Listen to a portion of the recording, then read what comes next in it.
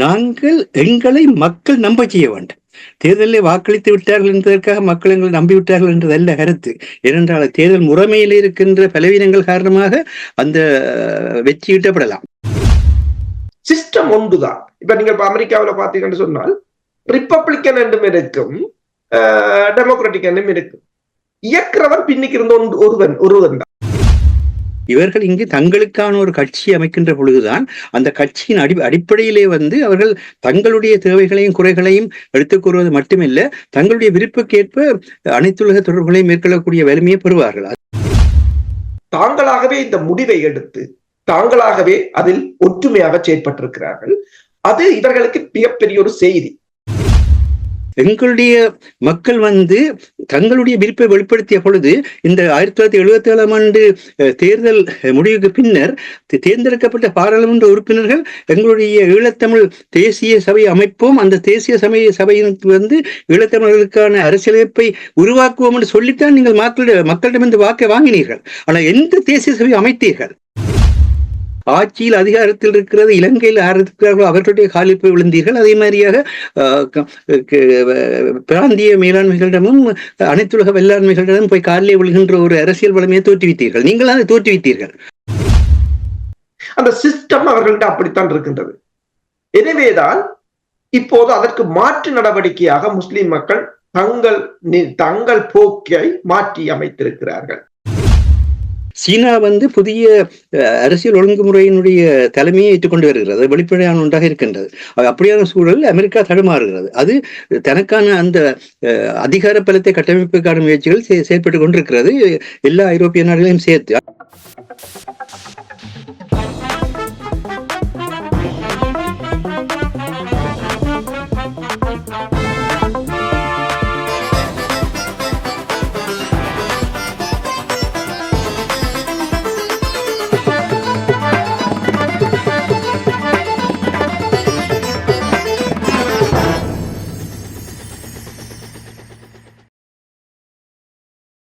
அனைத்துலக உயிரோடை தமிழ் ILC தமிழ் உயிரோடை தமிழில் அன்பர்களே, இலக்கின் சிந்தனை வாராந்த இலக்கு இணையதளில் பிரசுரிக்கப்படும் ஆசிரியர் தலையங்கம் அதனுடைய விளக்கத்தை உயிரோடை தமிழ் உறவுகளுக்கு எடுத்து வரும் நிகழ்ச்சியாக வாரந்தோறும் ஒவ்வொரு சனி பிரித்தானிய நேரம் 8 மணி பிரதான செய்திகளை தொடர்ந்து இடம்பெறுகின்றது இலக்கின் சிந்தனை.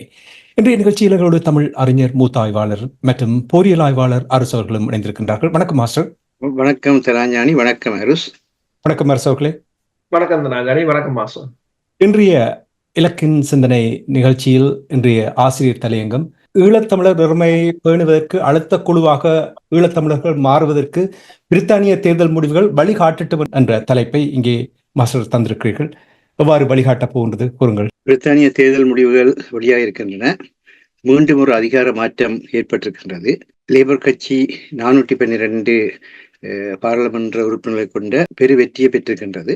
3-2 பெரும்பான்மை பெறுவதற்கு 20 பாராளுமன்ற உறுப்பினர்களை குறைவான நிலையில் இந்த தேர்தல் முடிவுகள் வெளியாக இருக்கின்றன.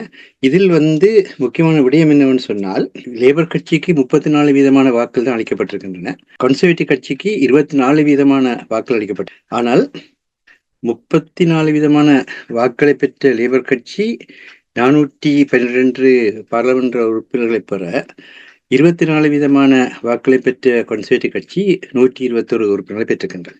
இதை பொதுவாக அரசியல் அறிவியலில், அரசியல் விஞ்ஞானத்தில் இதனை ஜனநாயகத்தினுடைய குறைபாடு என்று கூறுவார்கள். எப்பொழுதுமே தேர்தல் முறைமைகளில் இருக்கின்ற குறைபாடு ஜனநாயகத்தினுடைய உண்மைத்தன்மையை வெளிப்படுத்தாத ஒரு போக்கு உலகிலே காணப்படுகின்றது. அது நாங்கள் முதலில் அதை கவனத்தில் எடுக்க வேண்டும். ஆன காரணத்தினால்தான் எப்பொழுதுமே ஜனநாயக தேர்தல் நடக்கின்ற பொழுது அந்த ஜனநாயக தேர்தல்களில் பார்க்கப்படுகின்ற மிக முக்கியமான விடயம் என்னவென்றால், அந்த அதிகாரத்துக்கு வருகின்ற ஆட்சியாளர்கள் ஒரு 50% வாக்களை பெற்றிருக்கின்றார்களா என்று சொல்லி எடுத்து நோக்குவார்கள். ஆனால் பார்த்தால் இப்பொழுது இந்த தேர்தல் மிக தெளிவாக தெரிகின்றது.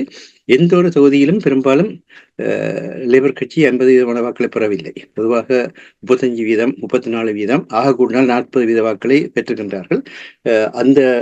இப்பொழுது அந்த தேர்தல் முடிவு கூறுகின்ற விடயம் என்னவென்றால், ஜனநாயகத்தினுடைய குறைபாடாக இருக்கின்ற இந்த தேர்தல் முறைமைகள் மேலும் மேலும் மாற்றியமைக்கப்பட வேண்டும். எல்லா மக்களுக்குமான பிரதிநிதித்துவம் அமையக்கூடிய முறையிலே அந்த தேர்தல் மாற்றியமைக்கப்பட ஒன்று. பிரித்தானியாவில் இது நீண்ட காலமாக பேசப்படுகின்றது. ஆனால் இதுவரை எந்த அதற்கான சரியான முறைமைகள் வெளிப்படுத்தப்படவில்லை என்பது இந்த தேர்தல் தருகின்ற முதலாவது பாடமாக இருக்கின்றது.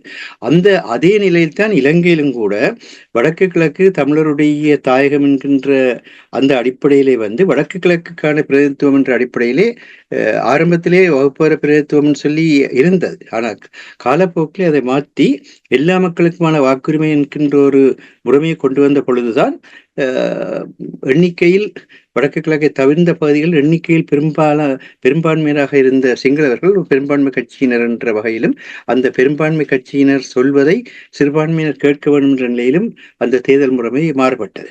ஆகவே நாங்கள் முதலிலே தேர்தல் முறைமை ஒன்றை சந்திக்கின்ற பொழுது அந்த தேர்தல் முறைமைக்குள் எங்களுடைய பலத்தை எவ்விதமாக வெளிப்படுத்துறது என்பது மிக முக்கியமான விடயம். அந்த விடயத்தில் தான் இப்பொழுது பார்த்தீர்களே இருந்தால் கன்சர்வேட்டிவ் கட்சி இங்கு வீழ்ச்சி அடைந்ததற்கு மிக பிரதானமான காரணமாக இருப்பது அவர்கள் ஒரு பொதுமைத்தன்மையில் போட்டி போடவில்லை. கன்சர்வேட்டிவ் கட்சி உள்ளேயே பல கூறுகளாக தான் போட்டி போட்டார்கள். பல கூறுகளாக போட்டி போட்டதனுடைய விளைவாகத்தான் கன்சர்வேட்டிவ் கட்சி படுதோல்வியை சந்திக்க வேண்டிய ஒரு நிலை ஏற்பட்டது. ஒரு வகையில் பார்க்க போனால் அது கட்சியில் இருக்கின்ற தலைமையை மற்றவர்கள் ஏற்காத ஒரு நிலைமையாக கூட எடுத்து நோக்கக்கூடியதாக இருக்கின்றது. ரிஷி சுனக் ஆசிய பின்னணியில் முதலாவது பிரதம மந்திரி என்ற அந்த தன்மை இருக்கின்ற காரணத்தினால்தான் நேற்றைய தினத்திலே புதிய பிரதமர் தன்னுடைய உரையை தொடங்குகின்ற பொழுதே மிக தெளிவாக கூறினார், ரிஷி சுனக் அவர்கள் ஆற்றிய பணிகள் அர்ப்பணிப்புடனும் உண்மைத்தன்மையுடனும் இடம்பெற்றன. அதற்கு நாங்கள் எங்களுடைய வணக்கத்தை தெரிவித்துக் கொண்டு ஒரு புதிய மாற்றத்தை நாங்கள் செய்ய வேண்டியவர்களாக இருக்கின்றோம். அந்த புதிய மாற்றத்தை உடனடியாகவே நாங்கள் செய்ய வேண்டிய தேவை இருக்கின்றது. அவை உடனே செய்ய வேண்டும் என்று கூறினார். விதமாக கூறிய காரணம் இந்த தேர்தல் முடிவு இங்கு இங்கிருக்கின்ற இனத்துவ சிறுபான்மை இனங்களுக்கு இடையிலே பெரும்பான்மை சமூகத்துடன் முரண்பாடுகளை ஏற்படாமல் இருப்பதற்கான ஒரு எச்சரிக்கையாக கூட பார்க்கலாம். என்னென்னு சொன்னால் அந்த வகையிலும் கூட இந்த தேர்தலை பார்க்க வேண்டிய தேவை இருக்கின்றது. அந்த வகையில பார்க்கின்ற பொழுது புதிய பிரதமர் அவர்கள் கூறியிருக்கின்ற மிக பிரதானமான கருத்து என்னவென்று சொன்னால், நாங்கள் எந்த ஒரு மாற்றத்துக்களும் போகும் பொழுது அந்த மாற்றத்தை உடனடியாக செயற்படுத்த வேண்டும், உடனடியாக செயற்படுத்துவதற்கான முறைமைகளை தோற்றிக்க வேண்டும். அதில் கூறியிருக்க மிக பிரதானமான கருத்து என்னவென்று சொன்னால், நாங்கள் எங்களை மக்கள் நம்ப செய்ய வேண்டும். தேர்தலில் வாக்களித்து விட்டார்கள் என்பதற்காக மக்கள் எங்களை நம்பிவிட்டார்கள் என்றதல்ல கருத்து. ஏனென்றால் தேர்தல் முறைமையில் இருக்கின்ற பலவீனங்கள் காரணமாக அந்த வெற்றி ஈட்டப்படலாம்.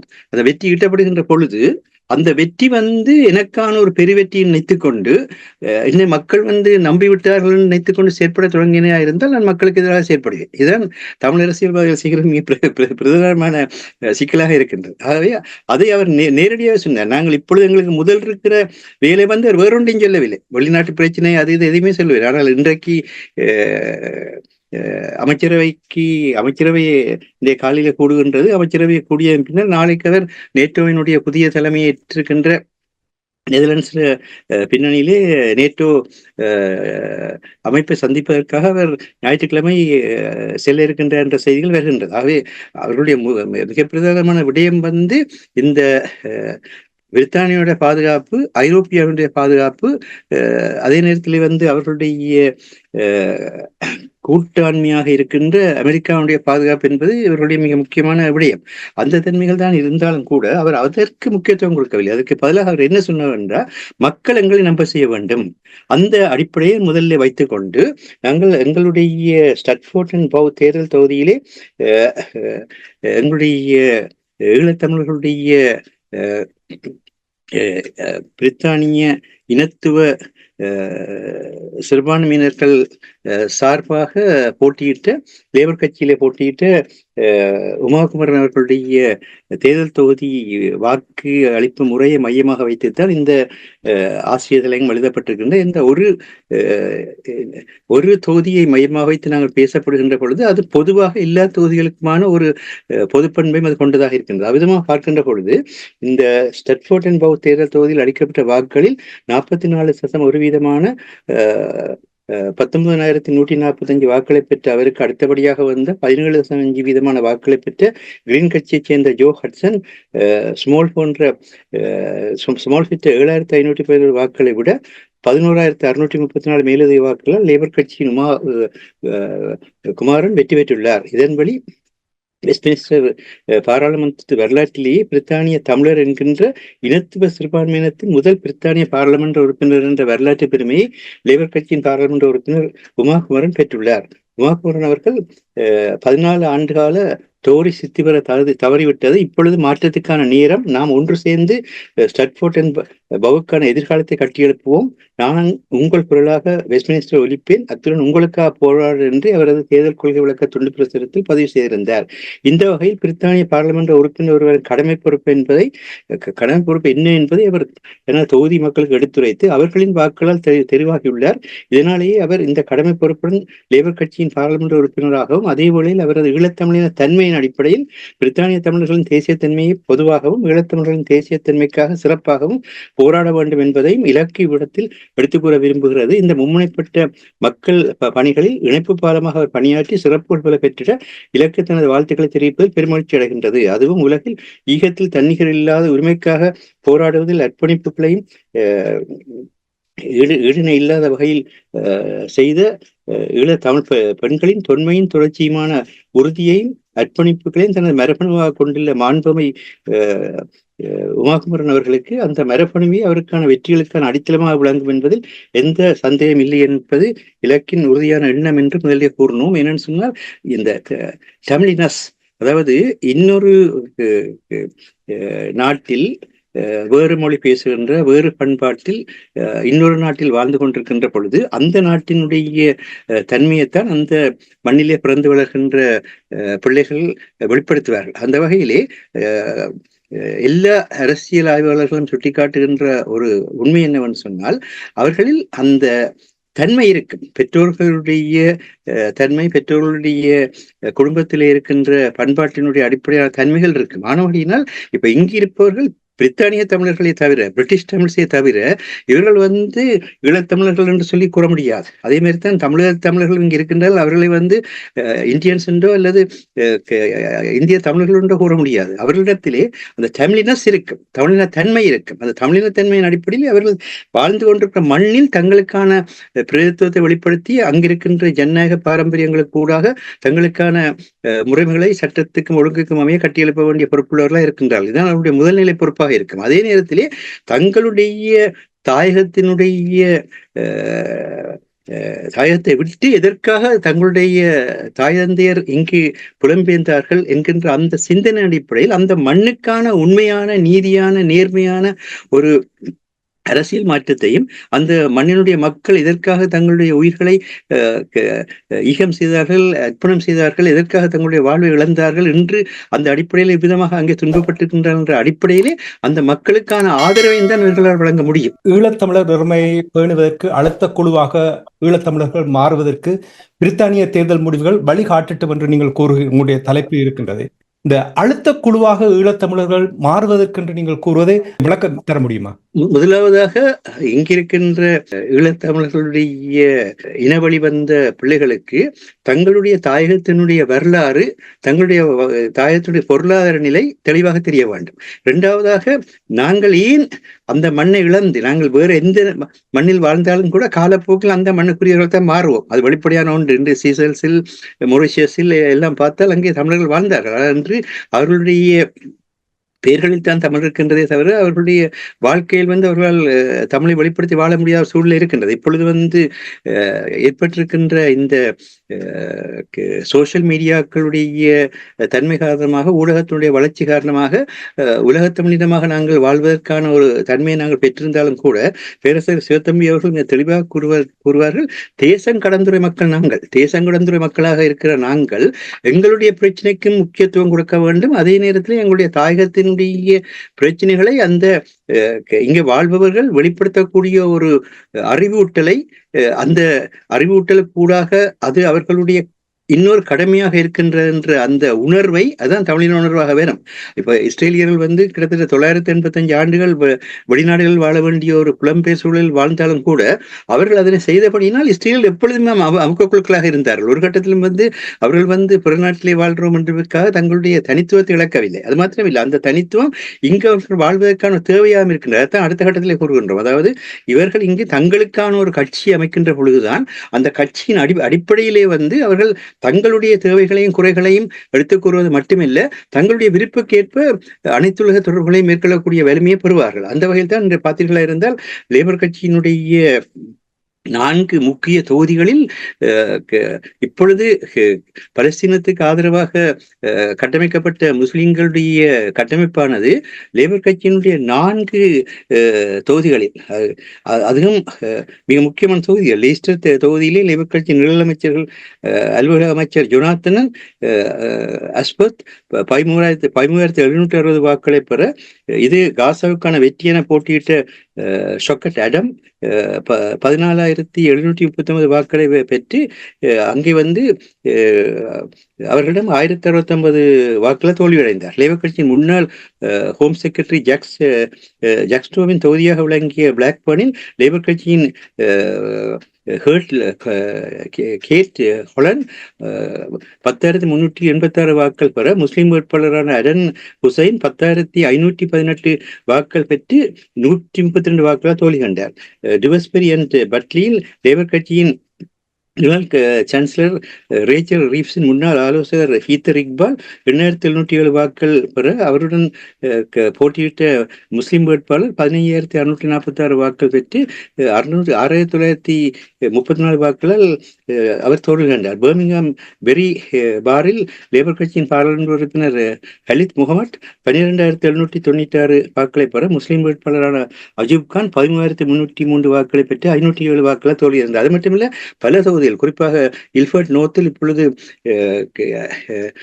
ஹெல்த் செக்ரட்டரியாக வந்திருக்கின்ற அமைச்சர் கூட அங்கு வந்து 132 வாக்கள் வித்தியாசத்தில் தான் அவருடன் போட்டியிட்ட முஸ்லிம் வேட்பாளர் வந்து தப்பி பிழைத்திருக்கின்றனர். இதை காட்டுகிறது என்றால் அவர்கள் ஒருங்கிணைந்து தங்களுக்கான ஒரு கட்சி அமைத்த பொழுது அந்த கட்சியின் பின்னணியிலே வந்து அவர்கள் செயல்படுகிறார். இதைத்தான் நாங்கள் நீண்ட காலமாக சொல்லி வருகின்றோம். இப்போ நீங்கள் அமுக்க குழுக்களாக மாறுவது என்பது இருக்கின்ற கட்சிக்குள் சென்று அந்த கட்சியினுடையவர்களாக நாங்கள் வேலை செய்வதல்ல. அதற்கு மாறாக எங்களுக்கான ஒரு தனித்தன்மையை இளம் பிள்ளைகளும் பெற வேண்டும், நாங்களும் பெற வேண்டும். அவ்விதமாக பெறுகின்ற பொழுதுதான் அது அமுக்க குழுக்களாக மாறும். அது மட்டுமில்லை, அந்த அமுக்க குழுக்கள் வந்து அரசாங்கம் பயப்பட வேண்டும். இன்றைக்கு வந்து இல்ஃபர்ட் நோர்த் எடுத்தீர்களா என்றால் அங்கு 132 வாக்குகள் வெற்றி பெற்றிருக்கின்ற அந்த பாராளுமன்ற உறுப்பினர் நாளைக்கு தன்னுடைய தொகுதியிலே என்ன மாதிரியாக முஸ்லிம் மக்களுடைய வாக்களை தக்க வைக்கின்ற என்ற ஒரு மிகப்பெரிய ஒரு சவாலுக்குள் இருக்கின்றனர். அப்படி வருகின்ற பொழுதுதான் அவர்கள் வந்து இந்த எங்களுடன் வந்து அவர்கள் கூட்டாண்மையாக செயற்படுவதற்கான புரிந்துணர்வு ஒப்பந்தங்களையோ அல்லது வந்து நாங்கள் தனித்துவமாக செயற்பட்டால் தனித்துவமாக செயற்படுவதை அவர்களுடைய வாக்கள் சிதறாதவாறு எப்படியாக பாதுகாக்க வேண்டும் என்ற சிந்தனைகளுக்கு போவார்கள். அதை விட்டுவிட்டு நாங்கள் வந்து இருக்கின்ற கட்சிகளுக்குள் நாங்கள் செயற்படுகின்ற பொழுது அந்த கட்சிகளுக்கு சார்பாக நாங்கள் வெற்றி பெறுகிறோம். அது நல்ல விடயம், அதுக்காக பாராட்டுகின்றோம். என்ற இந்த நாட்டினுடைய அரசியலில் நாங்கள் பங்கு பெற்ற வேணும். ஆனால் அந்த மாதிரியான வெற்றிகள் எங்களுடைய தமிழின தன்மைக்கான மாற்றங்களையோ அல்லது வந்து எங்களுடைய தாயகத்தினுடைய தேவைகள் குறைபாடுகளுக்கான மாற்றங்களையோ செய்ய மாட்டாது. ஆனபடியினால்தான் இந்த அமுக்க குழுக்கள் என்பது எப்பொழுதுமே வந்து அந்த தன்னுடைய பலத்தை வெளிப்படுத்துகின்ற முறையிலே இந்த ஒருங்கிணைகிறது ஒற்றுமை பற்றியெல்லாம் பேசுவார்கள். ஒருங்கிணைகிறது ஒற்றுமையெல்லாம் எல்லா இடத்திலும் ஒற்றுமையினம் இருக்கின்றது. ஒரு அரசியலும் ஒற்றுமை வராது என்றால் எல்லா அரசியலும் ஒரு போட்டி போட்டுத்தான் அதிகாரத்தை கைப்பற்ற வேண்டும். அதிகாரத்தை கைப்பற்ற நேரத்திலே உள்ளுக்கு வந்து தாயும் பிள்ளையும் தேர்தல் நின்றாலும் அவர்கள் போட்டிட்டு தான் ஆக வேண்டும். ஆக இந்த ஒற்றுமை இல்லைன்னு பேசுவது எந்த பிரயோசனம் இல்லை. அதற்கு மாறாக மக்களுக்கான ஒரு பொதுக் கொள்கையை உருவாக்கி அந்த பொதுக் கொள்கையின் அடிப்படையிலே வந்து செயற்பட தொடங்குகின்ற பொழுது மக்கள் அதை நோக்கி நகர்வார்கள். தேசிய தலைவர் அவர்கள் அங்கு அப்பொழுது இருந்த தமிழரசு கட்சி, தமிழ் காங்கிரஸ், தமிழர் விடுதலை கூட்டணி இவைகள் அங்கே இருந்தன. அப்படி இருக்கின்ற பொழுது கூட அவர்கள் இளையவர்கள் ஒன்று சேர்ந்து நாங்கள் எங்களுடைய நாட்டுக்காக, எங்களுடைய மக்களுக்காக எங்களுடைய உயிரையும் கொடுத்து நாங்கள் போராடுவோம் என்ற அந்த அர்ப்பணிப்பை வெளிப்படுத்திய பொழுது அது வந்து ஒரு மிகப்பெரிய ஒரு ஆற்றலாக வெளிப்பட்டதும் மக்கள் எல்லாம் வந்து ஆதரவு கொடுத்தே பார்க்கலாம். இப்பொழுது கூட அங்கு 6வது திருத்தமும் பயங்கரவாத எதிர்ப்பு சட்டம் இப்பொழுது அங்கு வந்து நடைமுறையில் இருக்கின்ற நேரத்தில் அங்கு இருக்கின்ற எந்த ஒரு ஈழத்தமிழனாவது தன்னுடைய விருப்பை தெரிவித்து அரசியல் நடத்த முடியாது.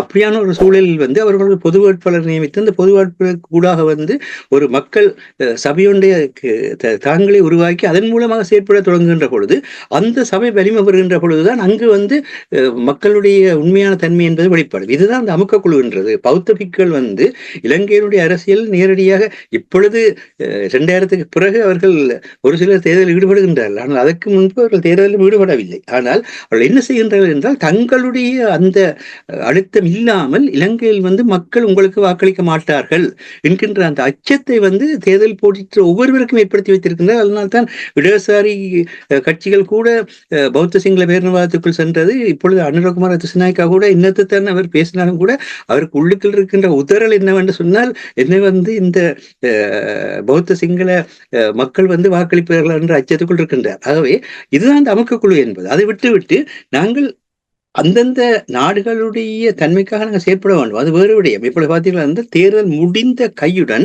ஜெய்சங்கர் வந்து சீனாவில் நிற்கின்றார். மோடி வந்து நாளை 8ஆம் தேதி ரஷ்யால போய் இறங்க போகின்றார். அப்ப அந்த கூட்டாண்மையை எப்படி உருவாக்குவது என்கின்ற தன்மையிலே போராடுகிறார்கள். அவர்கள் சீனாவை பகமையாக பார்க்கவும் இல்லை, ரஷ்யாவை வந்து அமெரிக்காவுக்கோ அல்லது அமெரிக்கான நாடுகளுக்கோ பயந்து ரஷ்யாவை பகமையாக பார்க்கவும் இல்லை. அதாவது என்னுடைய தேவை என்ன, என்னுடைய செயற்பாடு என்பது அதுதான் இந்த அமுக்க குழுக்களுடைய தன்மை. அதைத்தான் இந்த தேர்தல் எங்களுக்கு படிப்பித்திருக்கின்ற என்பது தான் இந்த ஆசிரியர் தலையங்கத்துக்கு கூட வெளிப்படுத்துகின்ற கருத்தாக இருக்கின்றது. நன்றி மாஸ்டர். அதாவது நீங்கள் அந்தந்த நாடுகளுடைய தன்மையை வெளிப்படுத்தும் என்று சொல்லும் பொழுது அது இயல்பாகவே வெளிவரும். நீங்கள் கூறுங்கள் எளியவர்கள் அவர்களுடைய அந்த ரூட் எங்கிருந்து வந்தார்களோ அந்த அவர்களிடம் அந்த பண்பாடுகள் இருந்தாலும் அவர்கள் வாழுகின்ற நாடுகள், பிறந்து வளர்ந்து வாழுகின்ற நாடுகளுடைய தன்மை அவர்கள் இயல்பாகவே வரும். அது காலத்தின் வளர்ச்சி. அதை நாங்கள் தொல்காப்பியமே சொல்கிறது. தொல்காப்பியம் வந்து தெளிவாக சொன்ன ஒரே ஒரு சூத்திரம் என்ன, முதலிடப்பட்டது நிலமும் பொழுதும். உனக்கு கடவுள் கூட முதல் இல்லை, நீ வாழ்ற நிலமும் நீ வாழ்ற காலமும் தான் உனக்கு முதல். அதை வச்சுதான் நீ வாழ்வா என்று முதலாவது தொல்காப்பியத்துல 5வது நூற்பாவை அதுதானே. சிறப்பு. நன்றி மாஸ்டர். அரசுடன் வருகின்றேன். பிரித்தானியாவில் நடந்து முடிந்த இந்த தேர்தல் நிறைய செய்திகளை கூறுகிறது, நிறைய பாடங்களை கற்றுக் கொடுத்திருக்கின்றது. குறிப்பாக இப்ப மாஸ்டர் கூறியது போல் சில தொகுதிகளில் இந்த இண்டிபெண்டன்டாக சுயாதீனமாக நின்றவர்கள் வெற்றி பெற்றிருக்கின்றார்கள். நான் நினைக்கிறேன் இது வரலாற்றில் முதல் தடவையாக இருக்கலாம் இத்தனை நாடாளுமன்ற உறுப்பினர்கள் சுயாதீனமாக தேர்தலில் நின்று வெற்றி பெற்றது. இது என்ன செய்தியை கூறுகின்றது? இதனுடைய முக்கியத்துவம் என்ன என்று நீங்கள் அவதானிக்கிறீர்கள்? உண்மைதான். என்னென்று சொன்னால் இப்ப 2 கட்சிகளிலும் அதாவது 2 இங்கത്തെ நடைமுறையில் தேர்தல் நடைமுறையில் மக்கள் வந்து ஒன்று நம்பிக்கை இழந்து கொண்டு வருகிறார்கள். அதுதான் உங்களுக்கு தெரியும். தற்போதைய இந்த தேர்தலில் கிட்டத்தட்ட 60% மக்கள் தான் வாக்களித்திருக்கிறார்கள். கடந்த அதாவது 2019ஆம் ஆண்டு ஒப்பிடும் போது கிட்டத்தட்ட 7.6% வந்து வீழ்ச்சியானது. இங்கு ஒரு ஜனநாயகம் முறைமை இருப்பது போல் தோற்றப்பாடு இருக்கின்றது இந்த மேற்குலகத்துல. அதாவது மேற்குலக நாடுகளின் தேர்தலை நீங்கள் பார்த்தீங்கன்னு சொன்னால் தமது தேர்தல்கள் வந்து ஒரு ஜனநாயக வழியில் நேர்மையாக இடம்பெறுவது போன்று அந்த மேற்குலக ஊடகங்கள் எம்மை நம்ப வைக்கின்றன. மக்கள் ஆதரவுகள் இருந்தால் தமது திட்டங்களுடன், அதாவது அவர்களின் சொந்த ஐடியாக்களுடன் யாரும் பதவிக்கு வரலாம் என்பது போன்ற பாவனை தான் அது. ஆனால் உண்மை அதல்ல. மிக பெரும் மாற்றங்களோட அடிக்கடி எந்த ஒரு நாடும் இயங்க முடியாது. எனவே என்ன செய்கிறார்கள் என்று சொன்னால் உண்மையில் இந்த தேர்தல் என்பது ஒரு இறுதியான சட்டபூர்வமான நடவடிக்கை மட்டுமே, அல்லது இந்த ஆளும் வர்க்கத்தின் ஒரு நீண்ட தெரிவு முறைக்கு பின்னர் ஒரு மக்களின் அங்கீகாரத்தை பெறும் நடவடிக்கை. சிஸ்டம் ஒன்றுதான். இப்ப நீங்க அமெரிக்காவில் பார்த்தீங்கன்னு சொன்னால் ரிப்பப்ளிக்கன் என்றும் இருக்கும், டெமோக்ராட்டிக் என்றும் இருக்கும். இயக்கிறவர் பின்னிக்கு இருந்த ஒருவன் தான். ஆனா இந்த மக்களை ஒரு உலகத்தை நம்ப வைக்கணும், எங்களுக்குள்ள ஒரு ஜனநாயகம் இருக்கின்றது என்று. அந்த ஜனநாயகத்தை நம்ப வைக்கணும் என்றதுக்கான 2 கட்சிகள் இருக்கும். அவ்வளவுதான். அதே போலதான் இங்கே நீங்க பாத்தீங்கன்னு சொன்னா லேபராக இருக்கலாம், கன்சர்வேட்டிவாக இருக்கலாம். அதுக்கு மைய புள்ளியாக ஒரு குழு இருக்கு, எலைட் குரூப் என்று சொல்றது. ஆனால் இதில் இப்போது இங்கு வாழ்கின்ற மக்கள் இந்த லேபர் கட்சிக்குள் சேர்ந்து அல்லது கன்சர்வேட்டிவ் கட்சிக்குள் சேர்வதால் எந்த பிரயோசனம் இல்லை என்பதை உணர்த்தும் முகமாக அதனை பலரும் இந்த சிஸ்டத்துல இங்குள்ள மக்களும் ஒரு நம்பிக்கை இழந்திருக்கிறார்கள். அதுக்கு 2 உதாரணம். ஒன்று ரிஃபார்ம் கட்சியின் வாக்குப்பலம், அடுத்ததாக மக்கள் தேர்தலில் காண்பிக்கின்ற அக்கறையின்மை மெல்ல மெல்ல குறைந்து கொண்டு வருகிறது. 2017ஆம் ஆண்டு 69%, பிறகு 67%, இப்போது 60%ஆக போய்விட்டது. என்று சொன்னால் அவர்களுக்கு இதில் நம்பிக்கை இழந்தது. அடுத்ததாக இங்கு வாழ்கின்ற சிறுபான்மையின மக்களின் நம்பிக்கை இழப்புத்தான் இதை காட்டுகிறது. நீங்கள் இஸ்ரேல் காசா போர் இந்த தேர்தலில் கடும் சேதத்தை ஏற்படுத்தி இருக்கு. அது கன்சர்வேட்டிவ் கட்சிக்கும் கன்சர்வேட்டிவ் கட்சியின் மரணத்துக்கும் அதுதான் உண்மையில் காரணமாக அமைந்திருக்கு. பல இடங்களில் அவர்கள் இங்கத்தே ஊடகங்களை நீங்கள் பார்த்தீர்கள் சொன்னால் இங்கத்தே ஊடகங்கள் தேர்தல் தொடர்பான ஆய்வுகளை வெளியிடும் போது இந்த இண்டிபெண்டன்ட்டுக்கு தனியாக செய்து கொண்டிருக்கிறார்கள் என்று சொன்னால் அது இவர்களுக்கு ஒரு ஆச்சரியமாக இருக்கின்றது. என்றால் எல்லோரும் சுயமாக சிந்திக்க தொடங்கிவிட்டார்கள். இப்ப முஸ்லீம் கிட்டத்தட்ட 5-6 பேர் இண்டிபெண்டா வந்திருக்கிறார்கள். அவர்கள் தாங்களாகவே தங்கள் சமூகம் திட்டமிட்டு தாங்களாகவே கூடி ஆலோசித்து தாங்களாகவே இந்த முடிவை எடுத்து தாங்களாகவே அதில் ஒற்றுமையாக செயற்பட்டிருக்கிறார்கள். அது இவர்களுக்கு மிகப்பெரிய ஒரு செய்தி. இப்ப நீங்க பார்த்தீர்கள் சொன்னால் இந்த தேர்தலுக்கு பிறகு புதிதாக நியமிக்கப்பட்ட வெளிவார அமைச்சரை ஊடகவியலாளர் ஒருவர் முதல் கேட்ட கேள்வி இதுதான். நீங்கள் முஸ்லிம் மக்களின் வாக்குகள் இங்கு பிரிந்திருக்கின்றன. காசா தொடர்பான நிலைமை இந்த தேர்தலில் கடுமையாக எதிரொலித்திருக்கின்றது. எனவே உங்கள் கொள்கை இனி என்னவாக இருக்க போய், ஏன்னா நீங்கள் இந்த பேரழிவை சந்தித்ததுக்கு ஆட்சியில் இந்த கட்சி பேரழிவை சந்தித்ததுக்கு அதுவும் ஒரு காரணம். அப்ப அவர் கூறியிருக்கிறார், நாங்கள் 2 நாடுகளின் 2 தேசம் என்ற தீர்வை வலியுறுத்துவோம், உடனடியான போர் நிறுத்தத்தை வலியுறுத்துவோம், காசாவுக்கு உதவி பொருட்கள் செல்வதை உறுதிப்படுத்துவோம் என்று அவர் அந்த பலமை போல அவர் சொல்லி இருந்தாலும் உள்ளுக்குள் அவர்களுக்கு இனி இந்த மாஸ்டர் கூறியது போல உள்ளுக்குள் இனி அவர்களுக்கு ஒரு படபடப்பு இருந்து கொண்டுதான் இருக்கும். அதுதான் இந்த அழுத்த குழு என்று சொல்வது தரமா. ஏன் என்று சொன்னால் இப்ப பாத்தீங்கன்னு சொன்னால் இப்போ 4வது மிகப்பெரிய கட்சியாக நினைக்கிறேன் 3வது வாக்குப்பலம் உள்ள கட்சியாக ரிஃபார்ம் வந்திருக்கின்றது. நாளைக்கு இந்த முஸ்லீம் ஒரு தனி கட்சியை ஆரம்பித்தார்களாக இருந்தால் கோஆர்டினேட் பண்ணி அது 4வது அல்லது 5 அல்லது 3வது இடத்தை பிடிக்கும். அப்ப அவங்க நாளைக்கு ஒரு தீர்மானிக்கும் சக்தியாக அல்லது அது தனி அரசியலுக்கு ஒரு சவாலான விடயமாக அமையும் என்பது தெளிவானது ஒன்று.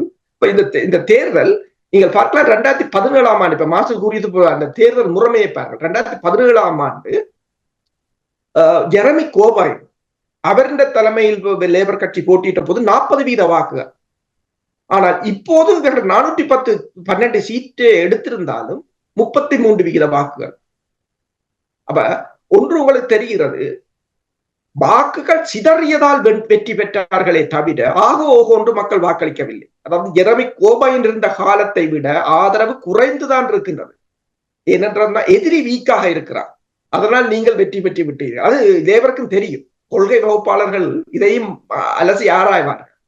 இன்னொன்று, இவர்கள் எந்த ஜெரமி கோபாயினை இஸ்ரேலுக்கு எதிராக கருத்தை கூறியதாக கட்சியை விட்டு அதாவது பொறுப்பிலிருந்து நீக்கினார்களோ, பிறகு இந்த தடவை அவர் தேர்தலில் நிற்க முற்பட்ட போது கூட கட்சியிலிருந்து நீக்கினார்களோ, அந்த மிக பெரும் கட்சியை எதிர்த்து அதே தொகுதியில் நின்று மக்களின் ஆதரவுடன் வெற்றி பெற்றது என்பது மக்கள் இனிமேல் மெல்ல மெல்ல இந்த மிகப்பெரிய ஒரு அரசியல் நாடகத்திலிருந்து மெல்ல மெல்ல வெளியேறிக் கொண்டிருக்கிறார்கள், அல்லது ஒரு புரிந்துணர்வு மக்களுக்கு வந்து கொண்டிருக்கிறது. நானும் இங்க இளமாக்கள் இப்ப புதுசாக வாக்கு உரிமை பெற்றவர்கள் இப்ப ஏலவல் படிக்கிற பிள்ளைகள் அதோட கதைத்து பார்க்கும் போது யாருமே இந்த 2 பெருங்கட்சிக்கு வாக்களிக்கவில்லை. நான் கதைத்தவர்கள் யாருமே கிரீன் கட்சிக்கு வாக்களித்திருக்கிறார்கள், வெவ்வேறு கட்சிகளுக்கு சில பேர் சுயேட்சைக்கு வாக்களித்திருக்கிறார்கள். யாரும் இந்த 2 பெருங்கட்சிகளுக்கு வாக்களிக்கவில்லை.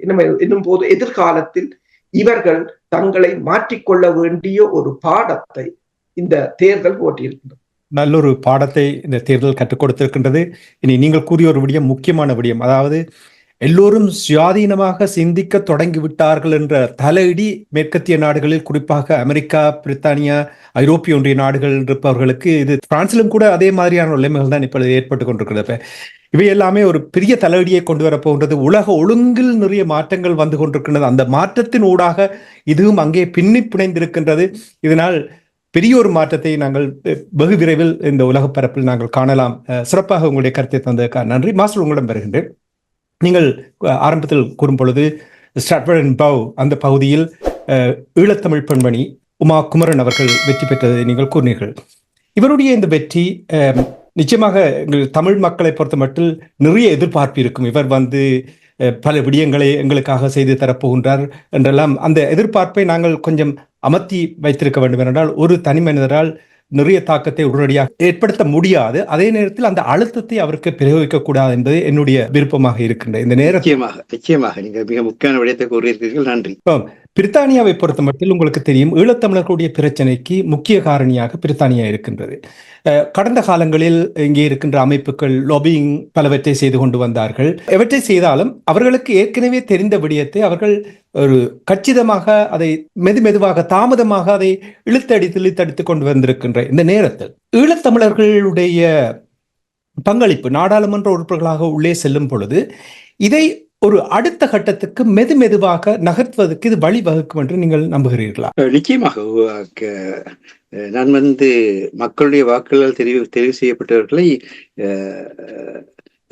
ரைட் ஆனரபிள் சொல்லி கூறுவார்கள். அந்த வகையிலே அந்த மக்களுடைய இறமையை மையப்படுத்தி தான் நான் வான்பமை உமாகுமாரன் அவர்கள் என்று கூட கூறணும். என்றால் மக்களுடைய வாக்குகள் தெரிவு செய்யப்பட்டதன் பின்னர் அந்த மக்களுடைய பிரதிநிதியாக தான் அவர் பார்க்கப்பட வேண்டியதை தவிர எங்களுடைய பிரதிநிதியாக பார்க்கப்பட முடியாது. ஆகவே அவர் தெரிவு செய்யப்பட்டிருப்பது அந்த தொகுதியினுடைய பிரதிநிதியாக தெரிவு செய்யப்பட்டிருக்கு. ஆனால் அவருக்கு எங்களுடைய லண்டன் மேயருடைய லேபர் கட்சியினுடைய மேயருடைய நீண்டகால முதன்மை பரப்புரையாளராக இருந்த அனுபவம் இருக்கின்றது.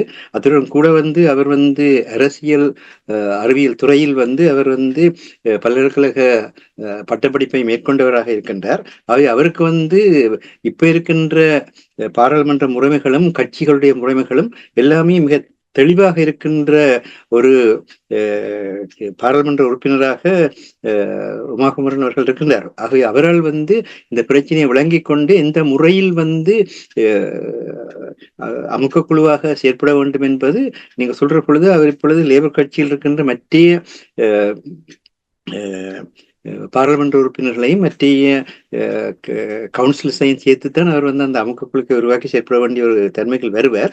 அவர் அதை நிறைவாக செய்வார் என்ற நம்பிக்கை அவருடைய அவர் பேசுகின்ற பேச்சுக்கள் அவருடைய உறுதியான அந்த செயல்கள் தெரிகின்றது. ஆகவே நாங்கள் முதலில் நம்பிக்கையுடன் எதிர்பார்ப்போம். ஆனால் நீங்கள் கூறுவது போல ஒரு தனி மனிதனாக செய்ய முடியாது என்பது வெளிப்படையான உண்மை. அதற்கு மிகப்பெரிய உதாரணமாக இருக்கிறது விடுதலை புலிகளுடைய மிகப்பெரிய ஆதரவாளராக இருந்து டில்லியில் அவருடைய வீட்டிலேயே விடுதலை புலிகளுடைய கூட்டங்களில் நடத்திய ஜார்ஜ் பெர்னாண்டோ அவர்கள் இந்தியாவினுடைய பாதுகாப்பு அமைச்சராக வந்தபொழுது எதை செய்ய முடிந்தது?